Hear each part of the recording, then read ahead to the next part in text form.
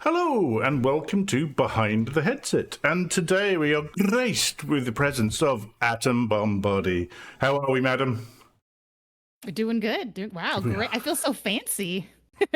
I mean, What that's an probably intro. just my accent that does that, isn't it? I think, isn't that all That's Americans? true too. Any accent that's not American accent is better.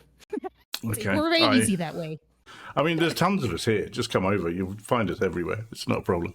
I don't know if my heart could take it. Right. What we're going to do today, Atom, is we're going to learn a bit more about you as a person. So, as per usual, we've got 3 sections of questions. First one is to get to know you. Second one is about VR and gaming. And the third is a questionnaire created by a French journalist called Bernard Pivot. We'll address that more when we get to it. So, let's get right into it with your first question, which is, tell me something about you that I don't know. I had people eat sushi off of me once. You probably didn't know that, right? I did not know that. Expand, please. So before I got into VR and content creation stuff, I sort of let's say I was just an independent contractor, just willing to do any kind of fun, weird, crazy stuff that would probably make a good story one day. And I mean, I didn't do anything awful. Let's get that straight. Like, everything I did was completely legal. Maybe this is a bad way to preface this, but I would peruse Craigslist sometimes just to see like what the listings were. Most of them were full of crap, but every now and then you would find one gem. And I think this is how I found this one. I was like, let me see if this is legitimate. I reached out. They were looking for sushi models, hostess people. I don't know not hostess because you're just laying on the table. There's a name for them, but I can't remember. And so I was like, all right, I looked them up. They looked legit. They were an actual like catering company that did this for parties and stuff. And I did it. And I stood out a lot because I still had the red hair. I'm not a traditional like thin little Asian girl, but I had a great time doing it. You know what? I don't know if I would do it again because I don't think I'm the right person for it. But people would come up to me and offer to feed me sushi and sake, and it was a terrible idea because you're laying down. Um, and a lot of the guys would awkwardly come up because it was an event like corporate or something. So some of them had their wives and girlfriends there. So it was actually the women who were more wild than the men. The men were like, "Oh, my wife's here. Like I can't be too weird about it," which is grateful for that. But it was I don't know. It was like I said. Now I can share this weird story. And I have many more if anyone ever wants to listen to them one day. That's incredible. I'm actually quite stunned by that one. That's amazing. I love it. That's fantastic. Yeah. I can't even invite me to dinner. Well, I can't make it and model it at the same time. That's okay. That's fair enough. In that case, you can't put the sushi on me. Then that'll be fine. I can give you some tips. Don't worry. Okay. If you ever find yourself in that situation. That's amazing. All right, then. Makeup's cool. already going to be running. We've only done one question. Okay. When you were young, what did you want to be when you grew up? I think there was a couple things, but probably the first thing was a singer, even though I have no singing talent at all. But I think I liked music a lot. And I think I was just, your average little girl that's like, wow, it'd be great to be famous. I feel like that's like singer was the YouTuber of our, of the current generation now. Like you just want a job where you can become famous and you're too young to know at what cost. And yes, it does require some skills and to do that. It doesn't just happen. But I mean, amongst that, there was also like veterinarian, typical little girl, aspiration, graphic designer, which was a very weird specific one from a career day. But then yeah, I had multiple, but that was probably my very first little Atom career goal. Oh, that's quite cute. I like that. That's really good. All right then. So, what is your most treasured memory from your childhood? Treasured memory. Oh, give me a second to think about that one. I will say that I had a relatively normal childhood, as in like we actually went outside and played with neighbor kids. I don't know if a lot of kids do that now. It's It's different. interesting you mentioned that. So I have two nephews that are quite young, and they are just on their tablets constantly. And you sort of go around there, and it's like Uncle Buck's here. No, okay, good. Yeah, so I know what you mean. Yeah, I mean, I was introverted, so if someone came over to the house, I would probably have the same reaction, to be honest. But like, despite that, like I do have like not all fond. It was mixed because I was blessed to have like neighbor friends that I could play with, and then there were kids who went to the same school as me that lived on the same street. So there was just a bunch of girls just wreaking havoc on the street on our scooters and bikes and stuff.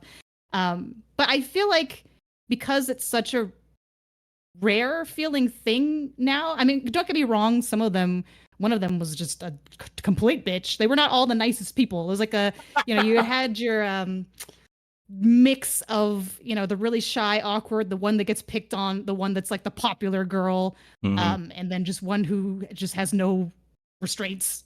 Maybe should. So, but I'm grateful for that because then I got exposed to so many different like personality types and how to be able to react to those and handle it. And of course, when I grew up, I'm like, wow, some of these people were a lot worse than I thought as a kid. They're pretty bad kids, some of them. But I'm grateful for those experiences. We did a lot of dumb, fun stuff from like finding random flowers and bugs and mashing them up and saying it's perfume, and then trying to sell them door to door to people, like dumb stuff like that. And how many of those did you sell by any chance? None. But I did. God, I can't remember how I got a hold of these, but somehow we had those little like sample travel size deodorants. And so I was like, well, I don't, need these. So I just went around and selling those door to door, little travel size deodorants to people, like real, I guess technically real products, better than perfume made from grass and flowers. But I still don't remember, where did we get these? Did someone just give us a bunch of travel size deodorants? Here, kids, have fun with these. Like, what? Yeah, I mean, one thing I will say with all of these questions, I'm not trying to bring back any repressed childhood memories, by the way, or anything like that. Again, there are no right or wrong answers to any of these as well. So, yeah, I think that's good. Okay, right. You are going to host a dinner party. You can invite any 3 people you want to this dinner party. They can be living, they can be dead, they can be fictional, they can be real. Who are you inviting? The one person would be my grandfather on my dad's side, who's now since passed away. I think a second person would be, I'm trying to think. There's a couple of, I can't think of his name right now, but he's very like big educational YouTuber guy. He's wrote a couple books. I'm sure you could, if you think of some, like his name would pop up. You're using the words educational with me, and that's not going to go far. Well, so far I know for sure it would be, though, the grandfather who's on my dad's side. And I say that one specifically because on my dad's side of the family, they were a bit more, the men were a bit more introverted, but very tech, like love tech. Like my grandpa used to work for like phone systems, old fashioned phone systems and stuff. And then my dad did eventually too. And they would build their own computers when they could start doing that. And I had always had a mix of like, yeah, I like the girly things, like I like horses or whatever, but I also really liked tech when I was little too, and reading Maximum PC and PC Gamer or whatever, because my dad would get those.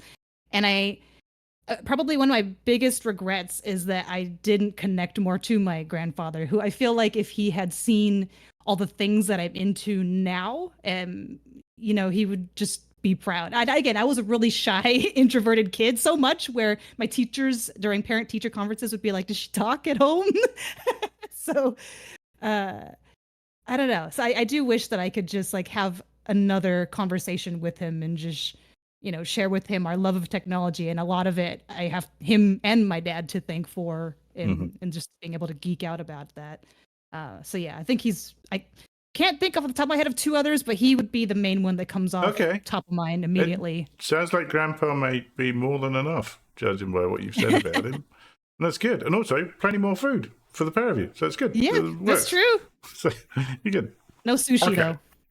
No, no, that would be very weird. Not that kind of a party. No, please, no. Ah, Like I've disturbed you more than I have myself. and to be fair, it takes a lot to disturb me. So you've met me in person, you know what I'm like. So it's I fine. win. It's not a competition. Okay, what would you like to change about yourself? Ooh. I wish that I didn't have like so there's always part of me that is like, hey, you are doing content creation, you're working for Live. That's freaking awesome. You're doing great things and you'd rather be nowhere else. But I think there's a part of me that's always like, yeah, but other people are doing it better. You know, they're I have a hard time when comparing myself with others and not in a way that like is putting other people down. I just think other people are too awesome and I don't know how they get their stuff done. When in reality, I'm sure they're having some of the same thoughts. Maybe other parts in their life are lacking that they wish they could pick up on. But I always feel behind. Like either I'm not doing enough with my Live work, marketing there, because I want to focus on some kind of content creation aspect, or big games have come up and I'm like, oh my God, like I haven't even touched it yet. I don't know. It's just so that's something I wish I could change is to just and I am trying to actively do that. It's not something that I'm like, yeah, that'd be cool. But I've been trying to like find resources and stuff into like, you know, what you're doing now, as long as you're fulfilled, it's okay. You don't have to, everyone's at their own pace.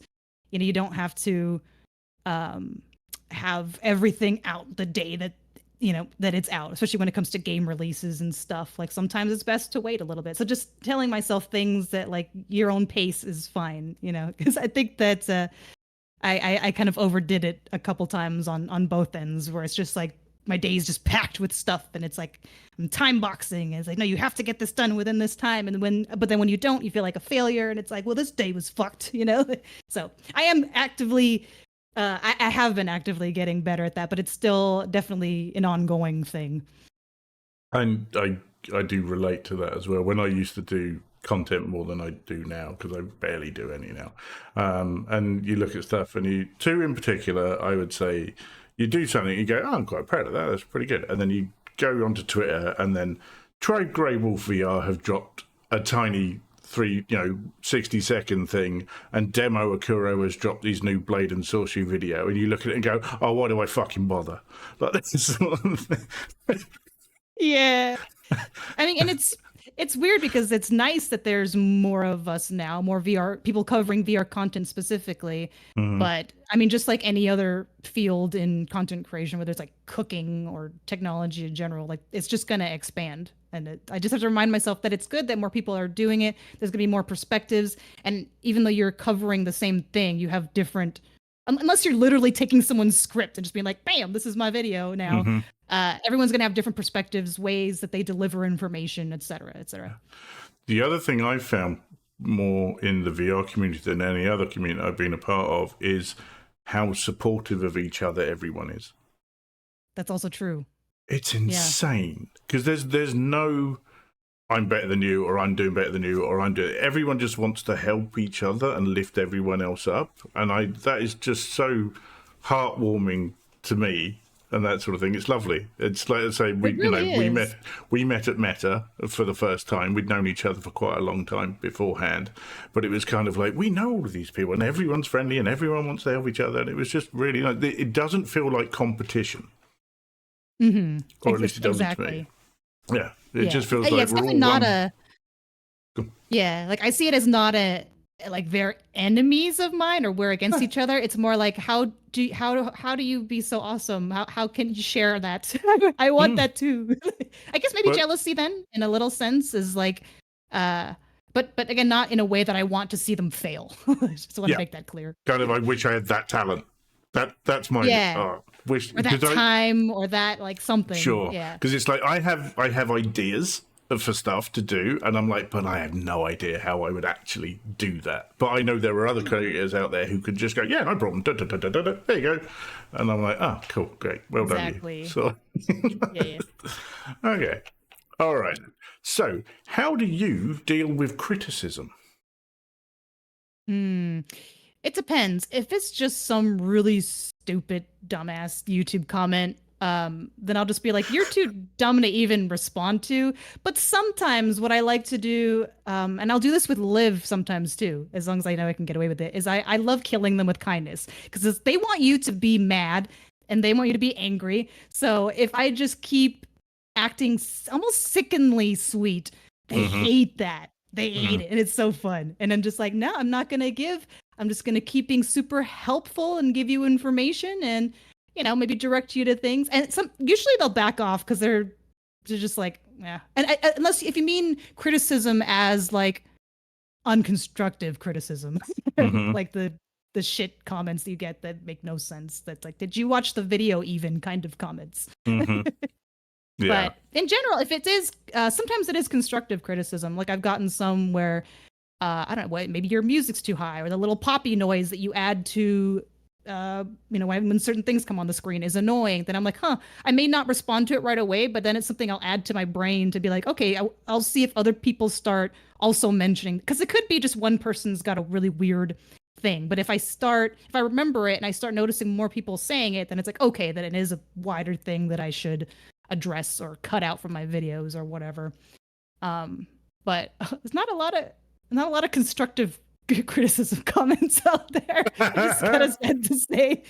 If only that was like the YouTube guidelines. Yes, you can comment. However, if you're going to do it, could you imagine? There'd be no comments on anyone's video ever. Well, and to be fair, there's the nice ones too, where they're like, Yeah. "Thanks, this was really helpful" or whatever. But when it comes to like criticism specifically, it's usually like, "Dumb woman in tech" or something. I do. Yeah, I know. One of the best ones I've seen online who does that, as in kills them with kindness, is actually Eric for president. I don't know if you've seen him. He Yeah. is a master at doing that with the trolls, and I'd love to sit back and watch. I had someone go for me on Twitter years ago, and Eric just hopped in and was like, "Hi." It was just like really nice to this guy, and it was like, okay, I'll just sit back and watch this. And that's the thing too, is anyone watching this conversation, it makes the other person look even more like a dick, because like here's this person coming in at them nicely and they're just being combative and making no sense. So it just furthers digging them into the ground. So it's very like not passive aggressive, because you're sort of still directly dealing with them, but just in a way that makes them want to vomit, which is great. I do occasionally poke the bear with them though. It's like Sometimes it's usually it's the ones where you get a DM on Twitter or something going, "Hi, I can help you increase your viewership," and all of that, and I will just run with that. I even had one guy at the end of this conversation. He was like, "You're clearly insane." I've still got the DM because I kept it because it's one of my funniest things I've ever seen, and I will send you the whole thing because I could not stop laughing afterwards. Yeah, he blocked me afterwards. And that's in a DM too. So in a DM, you can be as unhinged as you want, because like no one from the outside is going to see it, and most people know that those bots are not. I don't know if they're bots or just AI people or whatever, are just, they know what they are. They deserve it, in my opinion. I think this was an actual person in the loosest sense of the word. So. But yeah, that was a fun time. In fact, I think I actually did like a video on it and stuck it out as I just scrolled up while recording my phone screen and then just tweeted it out with like a bit of music. Yeah, it was quite good fun. All right. Thank you for the content. Yeah. Well, that's the other thing as well. It's like, it's all engagement, that sort of thing. Exactly. Feed my algorithm. I think it was Pirate Software, who, I don't know if you've seen him, he's a really interesting guy who does lots of live streams as a developer. But he was like, anytime I get a troll comment, I delete it, and then they come back and it's like, I farm you twice. Oh, that's it. Okay, because you mentioned feeding the algorithm, because that's something I'll do sometimes for the real dumbassy comments, the ones that probably don't deserve a comment, but I'll be like, they'll just like, this video is stupid, or I was like, oh, thank you for the engagement and helping push this video further. But deleting it so they can repost it, that's like taking it to the next level. But then that's hoping they'll actually hate you enough to come back and leave notice that you deleted it, and then I don't know. It's a little. I like keep commenting. So if they keep commenting, the algorithm doesn't care. It's a comment, whether it's positive or negative. No, not Sadly. at all. Yes, yeah, that is one of the negatives of these platforms, unfortunately. Oh well, never mind. Okay, what type of routine do you follow daily, if any type of routine at all? Ooh. This one's a big one for me because I didn't have one before, but then once I got a routine, it just helped me get ready for the day. I don't know if that just makes sense. Like I can Hmm. get on with work, but the first thing I do, some of these are going to be kind of cheesy, is I wake up. Of course, I get like a very light breakfast, this maybe just toast and coffee. I have a journal on my computer that I write in every day just to get my thoughts down. Usually, it's things like sometimes they're like what happened yesterday because I'm Hmm. starting it in the morning, obviously. But it'll be like what happened yesterday, three things I'm grateful for, maybe some highlights, like to give myself some appreciation that I can go back on if I need to. If I feel like you're a piece of shit, like no one cares, and I can go back and it makes me feel better. So I do that, and then I'll usually read maybe a chapter of whatever book I'm currently reading. I don't read much fiction anymore, so it's all like self-help improvement-y stuff. Hmm. Then I'll do like a 10-minute meditation or so in Supernatural. Then I'll do like one of the little stretch things they have. It's also usually less than 10 minutes. And then I'll start my day. But that's like a very sometimes depending on meetings because I'm in California and a lot of my Hmm. coworkers are in Europe, so I bring everyone's time zones further back. Like the my routine will have to get kind of pushed around a little bit, but as long as I get that done before I get like my big chunk things, then I'm good. But very important to me. Yeah, it's interesting. There, the various people that we've had on here. Some of them have like a proper routine that they're adamant with, and other people are just footloose and fancy free, and that sort of thing. I've become more of a bit of a routine myself nowadays, but I used to be awful. It's like I've said on another one of these. It's like I plan nothing. I'm dreadful at planning. So the fact that we're actually sitting down now and doing this is amazing to me because I've actually planned this in. But yeah, it's crazy. But that's just me. Okay, right. Who has inspired you the most? Oh god, that is a big one. This is gonna sound really cheesy, and I hate it, but and hopefully he's not listening. Let me close my door a little more because he's gonna get a big head. But I'll probably say my husband, but only because for a while I was only doing the content creation stuff and the sushi stuff. It was just Mm-hmm. whatever I could find because I was actually doing pretty okay at finding random gigs and getting like a little bit bare minimum. I was doing more streaming at the time, so just a Mm-hmm. bunch of funds from different places. But I had used to work at like a animal shelters and doggy daycares, and I was kind of sick of like there wasn't really any growth in these kind of companies. So even if I did put in more work or put more effort, it doesn't really matter. I wasn't going to go anywhere. So I wanted to try working for myself for a little bit. But with that comes an incredibly fickle income. Like some months it would be like, wow, like this is like doing pretty well. And some months I'm like, well, I'm going to be homeless and on the streets and my husband's going to divorce me. Which he wouldn't. But that's in my mind, I was like, I'm not contributing. I like to be able to, contribute to the place that I live and the people that I love. So he was really, really helpful and supportive during that time. And actually, he still works at a place that he hates. He works security, but everyone's incompetent and should not be working security as coworkers because they're too afraid to walk up to anyone to tell them no, which is kind of the point of security. But I mean, I don't know. But anyway, so I was able now that I have the live job and the content creation has gotten a bit better. He's been able to go down to just working weekends instead of like crazy hours during the week so that he could try to find the thing that he would prefer to do Oh, and that's settle. So nice. we've kind of switched roles a bit. Yeah. So it's nice. I'm like I can give back to him. It's like you don't have to be stuck in a shitty job you don't like. Like now we have a bit more expendable income so I can cover for any maybe extras that might come up with the cut in hours that he has now, Mm-hmm. if that makes sense. No, that's good. That's lovely. It's really nice that the person that's inspired you is still very much in your life as well. Because a lot of other people, they've even said like famous people, or they've said like members of the family who are no longer with us and that sort of stuff. So the fact you've still Yeah. got that there, that's really cool. I like that. Well, that is section 1 done. That is all the questions where we're learning about you. So you can Ooh. breathe and relax now until the 3rd section, but you'll be fine. Oh God. It's fine. So we're going to talk about VR and gaming because we have to, because that's where we know each other from, and that's where everyone knows us from. So don't sound too thrilled with the prospect, will you? Cool. All right then. What was your first experience in gaming? Not VR, just gaming in general. Gaming in general. Oh, we when I was little had a Super Nintendo, and so it came with Super Mario World, and I was too young to really know how to play or understand it. So I remember my mom would actually a lot of times sit through and like play games kind of with me, more of me just watching.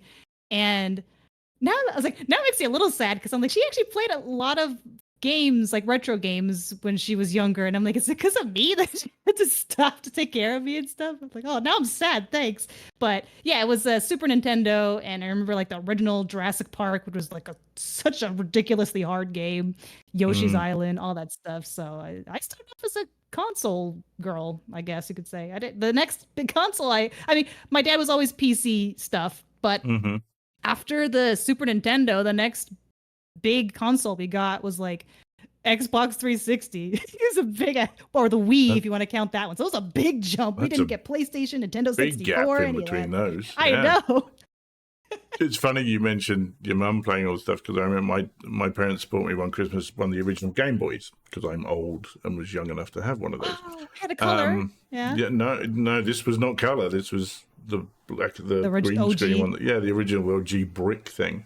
And my dad was, and both my parents were very much against video games in general, but they didn't mind me playing. But it was, just do something better with your time. But when we got the Game Boy, Dad then discovered Tetris, and he played it more than I did. So I'm kind of like, yes, got you, sort of thing. Yeah, it's good. It's what we want. Aww. Bless him.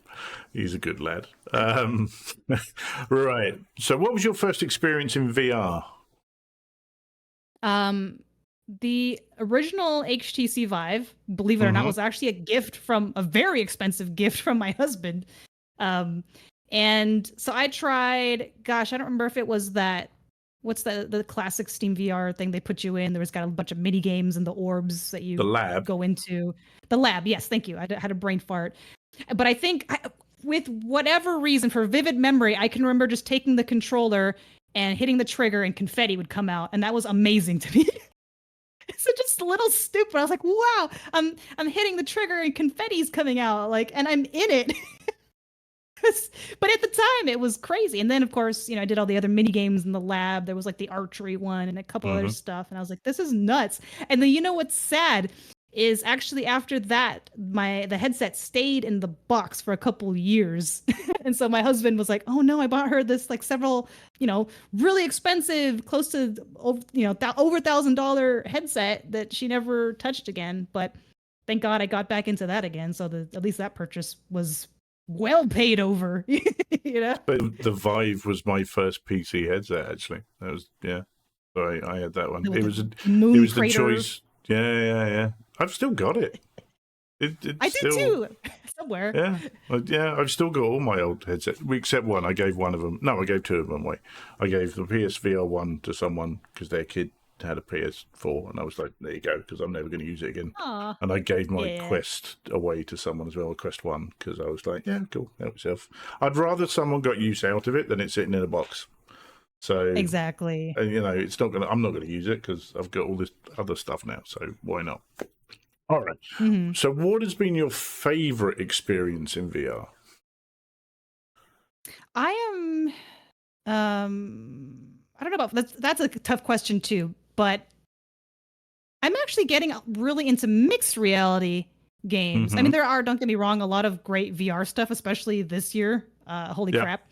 But there's something special about being able to add things to the space that you're already in. And I don't get me wrong, I'm not a person that's like, MR is better than VR. Like, I really think there's a world where you can just have both and it's fine. Yeah. You don't have to have one or the other. But like whenever, like if I'm showing something off to somebody who maybe hasn't been in a headset before, I'll usually go with like a mixed reality application because it's a little easier. They can physically walk around their space, and then it's like, how do you feel? Maybe then we'll get them into VR. Mhm. But I don't know. I feel like the reign of Half-Life Alyx might be over soon. Like technically, maybe this is dating this podcast, and the bar goes up. But I finished Metro Awakening, and that's a good one. But I'm also I love the Metro games. Like I love post-apocalyptic stuff. So I will add, for people who are watching or listening to this, we are recording this on the 5th of November, 2024. And this one's going to go out in January, just so you know. So I've got that many lined up. Yeah. So it's been out already. You probably played it. We've literally just had Batman Arkham Shadow release.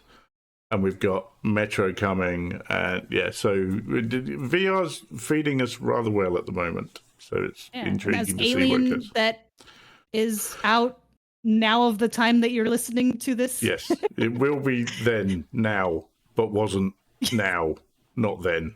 Hopefully it is good. I don't know. We will find out. Yes, we'll see. I haven't either. Leave a comment down below if it's good. So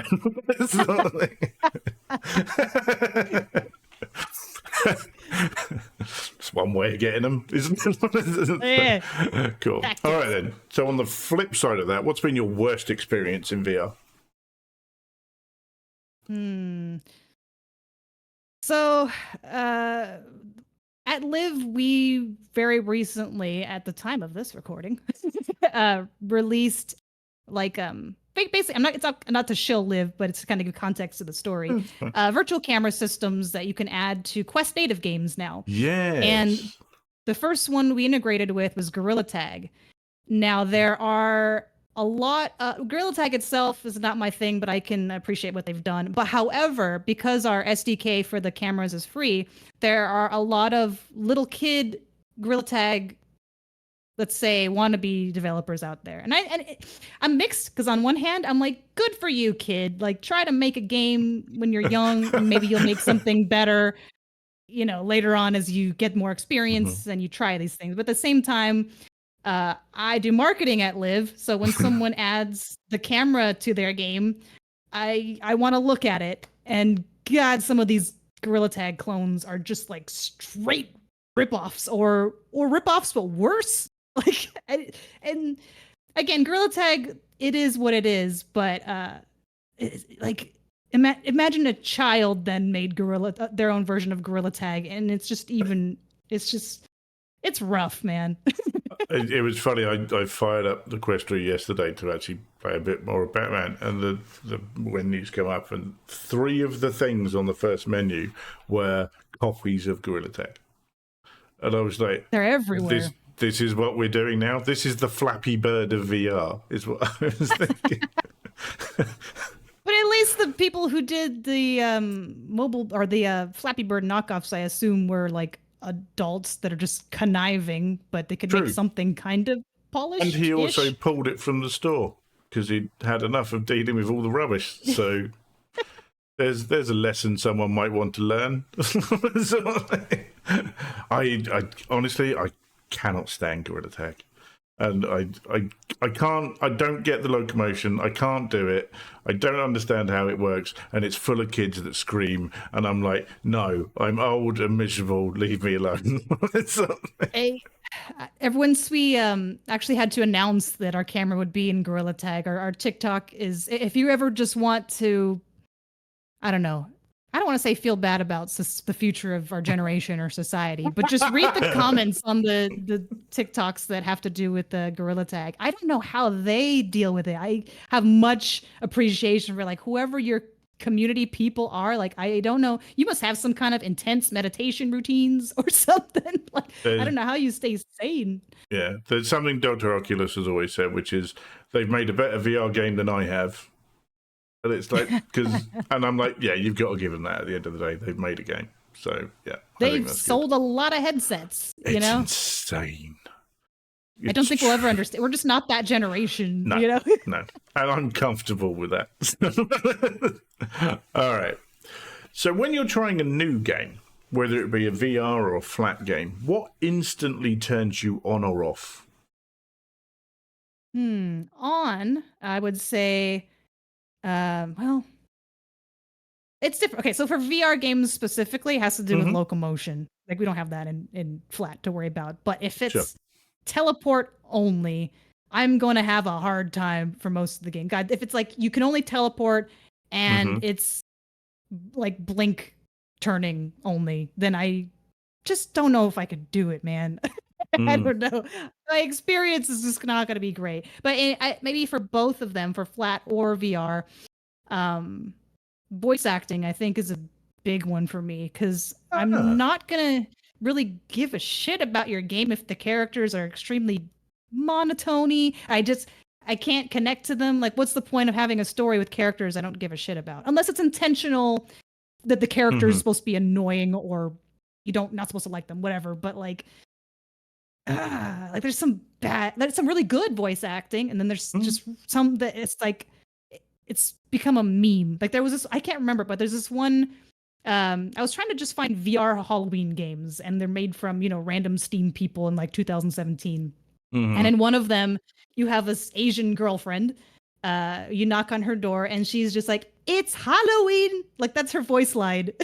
Okay. And that's all she pretty much says for most of the game. And I mean, it's become so ingrained in my brain that every Halloween I can only think of this Asian girl from 2017 VR game just at the door going, "It's Halloween." And I guess maybe it's also a writing besides voice acting too, but I don't know. See, I'm very much a story guy when it comes to games, and it's like, give me a reason to care. And again, bad voice acting will put me off of that as well, because it's like if I'm just going through the motions, nah. But if I care about the reason for doing this, then I'm gonna play it more. I mean, we spoke about this one earlier. Someone mentioned Lone Echo, and I remember at the end of Lone Echo, I was so invested in it. I'm sitting there going, "It's all right, Liv. We're gonna do this. I'm gonna get you through it." And I was like, "I'm 45 years old. What the hell am I doing?" Like this sort of thing. Like this. So, I mean, I would even argue if the game, maybe the mechanics or something are a little tough, but the characters seem so enthusiastic to be there, I would be a little more willing to go through it longer to see how it goes versus if maybe the mechanics are great, but the characters sound like I didn't get paid enough for this. Like, I don't give a shit. And then it's like, if you don't care about the game and you're in it, why do I want to care? Or, Yeah. No, I completely agree. All right. So, what do you think right now is the most beneficial hardware or software advancement in VR? I'd still think mixed reality. Because that's kind of opened up a can of worms, and that doesn't have to. I mean, again, I don't know all of the hardcore tech behind it on like how it works or whatever, but it seems like for that to work, you don't even necessarily like you can put that on other smaller form factor devices because you're showcasing in combination with what you see in the room, whether that's like a software rendering going through or whatever, versus having a whole. I mean, you still need a computer on your face in some sorts, but maybe I don't know what I'm talking about. But mixed reality, the TLDRs, I think that it's such a great blend between both, and it's much better. I like it a lot more than just the stuff that we would see on like our phones, or it's like a Pokemon Go, and you have to. Sure. It's not as immersive. I don't want to have to hold up my phone to see that, and then my phone sucks. So like, there's also that. It takes forever, and it's awful. You turn. Like what is I don't know how many inches everyone's phone is, but you turn and then it's gone. The magic's gone. You have to really be in that specific sweet spot versus really being in it or having your environment or even the lighting. Like some developers have gotten really crazy where they can change the colors and the lighting of your room. Or the guy who did Hauntify, which I don't know if I'll ever play yet, but I kind of want to, but I'm kind of scared. Like, Well, I don't one know. of my This is- favorite MR stuff is Smash Drums. I don't know if you played that one in mixed reality. Oh yes, yeah, Where yeah, you blow the hole in the wall and stuff as that. And I was like, yeah. that trick you Yeah. can, hit the sticks at the wall and it sends a lightning bolt to blow up a thing open. You can see through it. So yeah, I really like the mixed reality stuff. That got me, when that stuff started coming, that got me a bit more excited again for what we could do. And it was kind of like, oh, this is just the first wave. So it's only going to get better. So yeah, I like the mixed reality stuff as well. I'm very intrigued what they're going to do next with it, because I think this is at the point we were with VR, and we still are to a point, is we don't know what we're capable of doing with this yet. So we can start doing some really interesting, and someone's going to do something that no one has ever thought of before, and it's going to be really good. So I'm really looking forward to Laser Dance, which is Yeah. Oh, that's but gonna be a again, fun one. you were saying about the tech. Apparently, every time Meta update their mixed reality SDK or whatever, it breaks what he's done. So he has to try and do it all over again because of anchoring on how it does stuff. So yeah, Thomas was telling us about that when I was talking to him a couple of weeks ago. It was really interesting. Okay. I'm a little worried about that one. I'm like, hope I'm flexible enough. It's like reminds me of Pistol Whip, when sometimes you're dodging the bullets, but you're like probably Oh, pushing your back a little further backwards than you should be, and then you don't think about it though because you're so into it, and then the next day you have a lot of regrets. yeah, I remember when Pistol Whip was launched. Pistol Whip was a big part of my streaming when I was properly doing streaming. And again, I was very an early adopter of Live. So I used to do Live streams for most stuff, and Pistol Whip is ideal for that. I did Live when it wasn't easy to set up.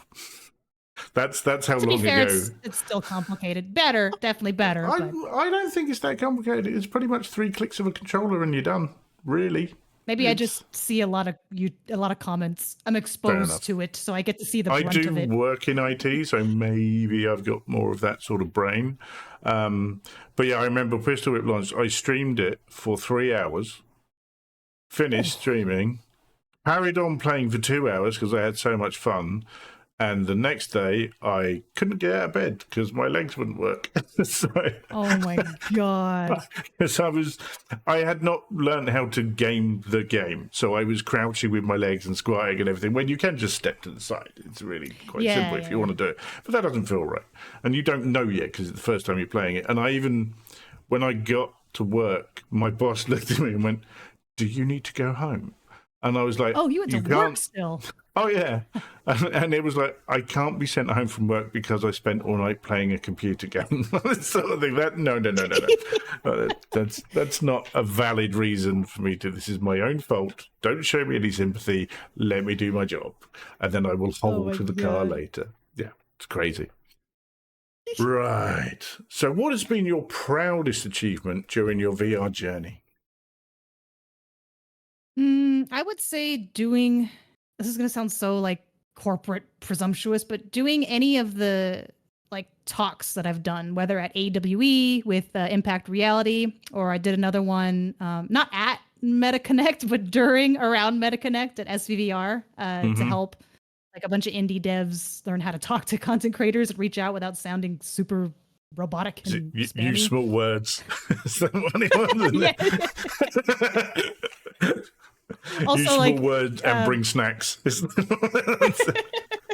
very simple people, but again, coming from someone who, when I was younger, was a super introverted, these are a bigger deal to me because I'm like, oh my god, talking to a bunch of people is fucking terrifying, I mean, regardless of what the subject is, but I get really into it, and I'm like, I say really into it, but then I usually procrastinate. It's like, oh my god, it's a week till the thing, and I haven't done anything. I've just made pretty graphics, and that's all. I don't know what I'm actually going to talk about. So I shall distract them with my PowerPoint. Is there? So I really I double down usually the week before, and I'm like, you got to get your shit together so that when you are up there, it sounds like you've practiced this a lot, even though it was just the past couple of days.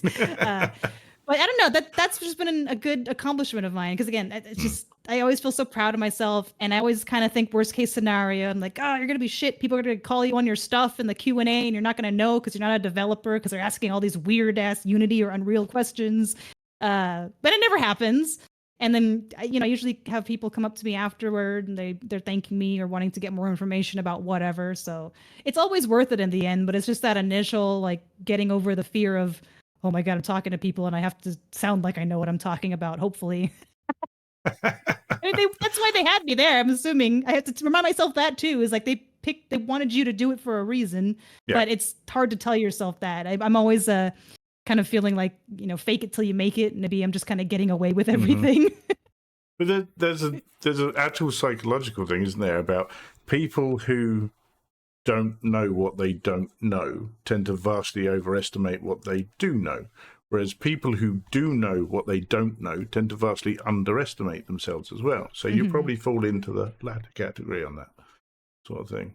People are fascinating, just weird people are. But that's why I'm doing this, because I can learn about people, and that's why we're doing it. So it's good. Okay, that's section 2 all done. We are no longer talking about VR and gaming. So what we have now is... So now we have... It's a questionnaire that was created by a French journalist called Bernard Pivot, and it was popularised on the TV show called Inside the Actors Studio that some people may have seen. It is 10 questions. They're generally short one-word answers. Feel free to ramble. That's why you're here. Generally, first thing that comes in your head is what I want to hear when I ask the question. Okay? Okay. Ready? Sounds fun. Cool. I think so. First question is, what is your favourite word? Rendezvous. What is your least favourite word? Wafting. Okay. What turns you... No, it's good. Again, no wrong answers. No wrong answers. This is about you. This is your answer. This is what we're here for. This is what we want. This is great. Okay. What turns you on creatively, spiritually, or emotionally? Having a drive to... It's, I guess, not a word, but having a drive to want to better yourself in any of those aspects. Okay, cool. What turns you off?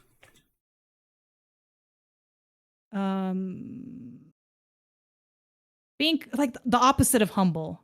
Again, words are not my strong suit right now, but just very assuming that they're going to get everything without putting the work in. Like, I'm just awesome, so this will happen to me. I wish I had that kind of confidence. Okay, cool. What is your favorite curse word? Trying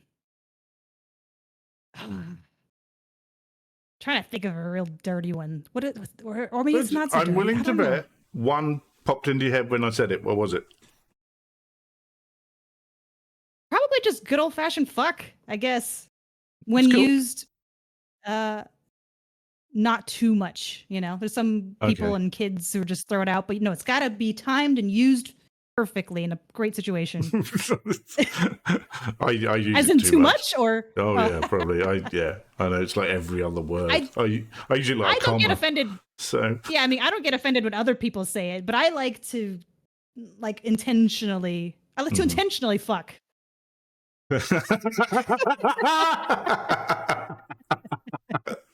I fuck very intentionally. It's not just there's all a YouTube short if I ever need one, isn't it? There you go. Oh, that's going to get clipped and put everywhere. That's amazing. Okay. What sound or noise do you love? Crinkling paper. Okay. Just crinkling paper. I don't know. All right. I love it. Cool. What sound or noise do you hate?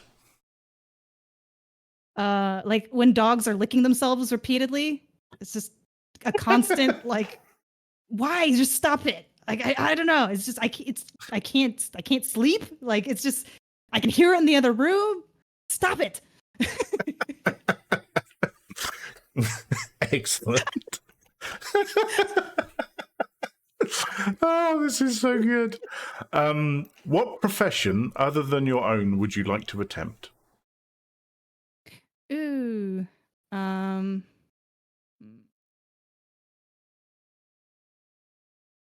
had thoughts about this before, but now I can't think of anything specifically. Maybe getting more into design. Maybe it's going back to young me and graphic Mhm. design, but not like 3D or anything, just with like flat Mhm. images, if that makes sense. Okay, that's right. Yeah. All right. And what profession would you not like to attempt? Doctor, vet, anything that involves medical and people, not even dentistry. Like I don't want to touch people. It's just But she does fuck intentionally. So yes, I do. Cool. But And there's just too much liability and being careful with people, and I'm like, I don't want to deal with that. I'm barely a people person as it is. It's too much peopling. That's cool. Excellent. And our final question for you today is, if heaven exists, what would you like to hear God say when you arrive at the pearly gates? I'm surprised you're here. It's better than where's the sushi. Yeah. Oh God. Oh God. It might be an appropriate response. I don't know. That's excellent. Atom, that has been you behind the headset. Thank you ever so much for coming. I really appreciate it. I hope you enjoyed yourself. Yay, I did. Thank you. That was fun. Good. That's supposed to be. Want to tell everyone where they can find you online and what's going on? Yep. I am Atom Bombati on everything. That's ATOM. I know some people have put Adam as in the dude, which I guess we may find Adam someone else. I don't know. Okay, fine. But yeah, I'm primarily on YouTube, TikTok, the platform formerly known as Twitter. And yeah, you can also find us on Live stuff as well, which is just LIV, not for any Olivias or live. It's pronounced Live. Cool. Cool. And all of those links will be in the description as per usual. But once again, Adam, thank you very much. It's been an absolute pleasure. And thanks everyone for watching, listening. Leave a comment down below, subscribe, all that rubbish, and we'll see you on the next one. Bye. Thank you.